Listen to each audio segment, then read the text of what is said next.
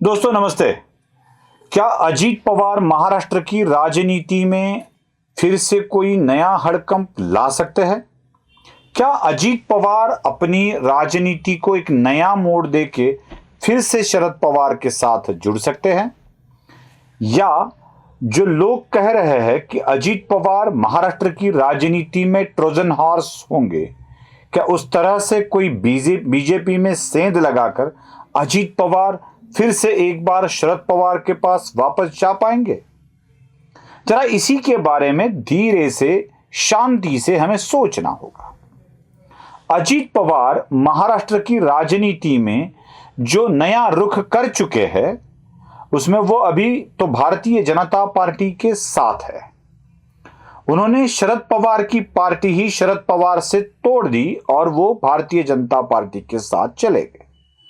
अब यह कहा जा रहा है कि जैसे ही अजीत पवार को अच्छा समय मिलेगा वह शरद पवार के साथ फिर से भिड़ जाएंगे।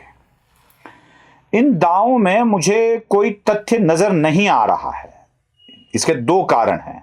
मैं अजीत पवार बहुत ही प्रामाणिक व्यक्ति है, भारतीय जनता पार्टी को वो शब्द दे चुके हैं, वचन दे चुके हैं और उनके वचन को नहीं तोड़ेंगे, ये वाली बातें नहीं कर रहा हूं। अजीत पवार के इसके दो कारण हैं। मुझे नजदीक में नजर नहीं आ रहा है। इसके दो कारण हैं। एक, हाल ही में विदर्भ के वर्धा जिले में सुप्रिया सुळे ने एक घोषणा कर दी है।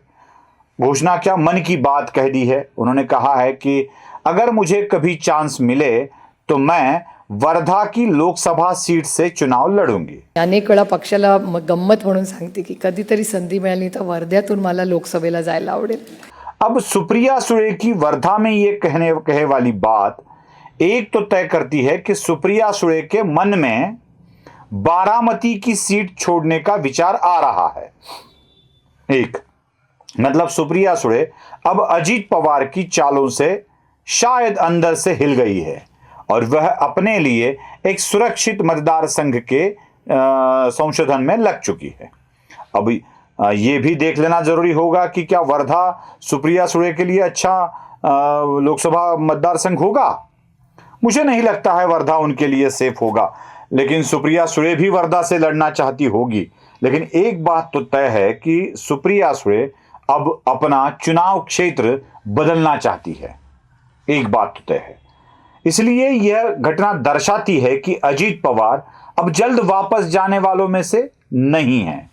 दूसरी वाली बात, जो चुनाव आयोग में अभी केस चल रही है, उस केस को भी हम देख ले तो यह पता चल जाता है कि अजीत पवार ने लगभग एनसीपी शरद पवार से छीनने का पूरा मन और पूरी स्थिति बना ली है। जब इतने कगार पर कोई आता है, बस एक उम्मीद काफी है, एक उम्मीद बची है।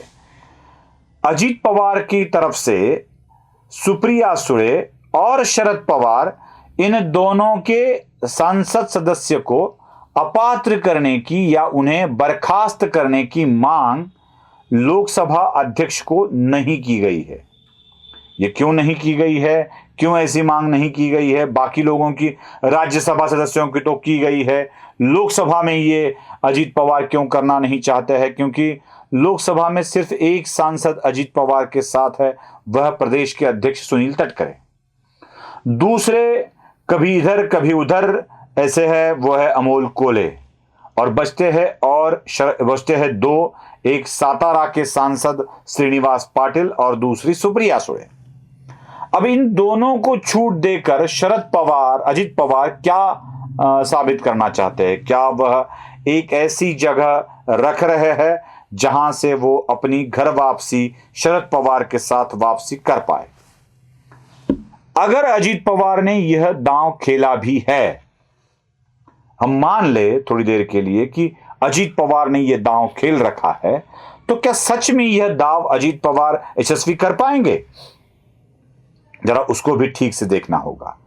आज की तारीख में अजीत पवार के साथ शरद पवार को छोड़कर आए कुछ बड़े नाम हमें देखने होंगे। एक है छगन भुजबळ, जो शिवसेना कांग्रेस होके फिर शरद पवार की एनसीपी के साथ जुड़ गए। दूसरे है दिलीप वळसे पाटिल, जो शरद पवार के बहुत ही करीबी माने जाते थे, बहुत ही करीबी, वो तो शरद पवार के पीए के रूप में भी काम कर चुके हैं, वह वलसे पाटिल, जो उनका शरद पवार को छोड़ना लगभग ना के बराबर था, लेकिन उन्होंने भी छोड़ दिया है। तीसरी व्यक्ति है प्रफुल्ल पटेल, जो शरद पवार की हर चीज में शामिल है। मतलब शरद पवार के न जाने कितने कारोबारी संबंध भी प्रफुल्ल पटेल के पास साथ हो सकते हैं। सुप्रिया सुळे के भी प्रफुल्ल पटेल के साथ अच्छे रिलेशन थे, और वो रिलेशन छोड़कर प्रफुल्ल पटेल अजीत पवार के साथ आ गए। छगन भुजबल, प्रफुल्ल पटेल, सुनील तटकरे, दिलीप वलसे पाटिल, हसन मुशर्रफ, धनंजय मुंडे, जो खुद बीजेपी से होकर अजीत पवार के साथ एनसीपी में जुड़ गए थे, ये सारे नेता, बाकी विधायकों की बात अगर करें तो मावड़ विधानसभा क्षेत्र के सुनील छेड़के, जो पहले बीजेपी के थे, बीजेपी से चुनाव लड़ना चाहते थे, वो बीजेपी से टिकट न मिलने के कारण एनसीपी में चले गए थे और विधायक बन गए थे।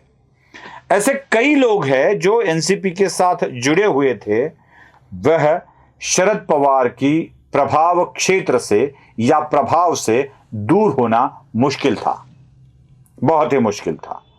शरद पवार के प्रभाव एवं उनकी प्रतिभा के कारण उनसे जुड़ चुके लोग या किसी ना किसी कारोबारी संबंध के कारण, अड़चनों के कारण शरद पवार से जुड़े और जुड़े रहे लोग शरद पवार को छोड़कर अब अजीत पवार के साथ आ गए हैं। मतलब एक जो बंधन होता है जो उनको जोड़कर रहता था शरद पवार के साथ, उस बंधन को उन्होंने तोड़ दिया है।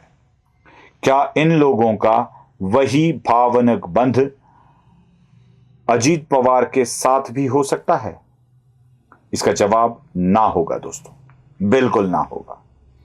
क्योंकि अगर अजीत पवार फिर से एक बार शरद पवार के साथ जुड़ना चाहते हैं, तो जो बंध टूट चुके हैं उनको साथ लेकर फिर से एक बार यह लोग शरद पवार की चुंगल में जाना पसंद नहीं करेंगे। इनके लिए तो ढेर सारे ऑप्शन खुले हुए हैं, ढेर सारे। मंत्री बने वलसे पाटिल के लिए भारतीय जनता पार्टी एक अच्छा पार्टी है।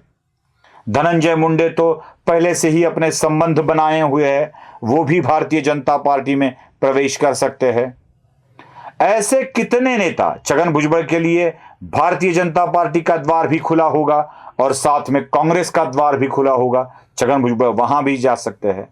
अगर अजीत पवार शरद पवार के वापस जुड़ने का फैसला लेते भी है, तो ये सारे के सारे नेता भारतीय जनता पार्टी के साथ मिलकर अपने सत्ता पद को कायम रख सकते हैं।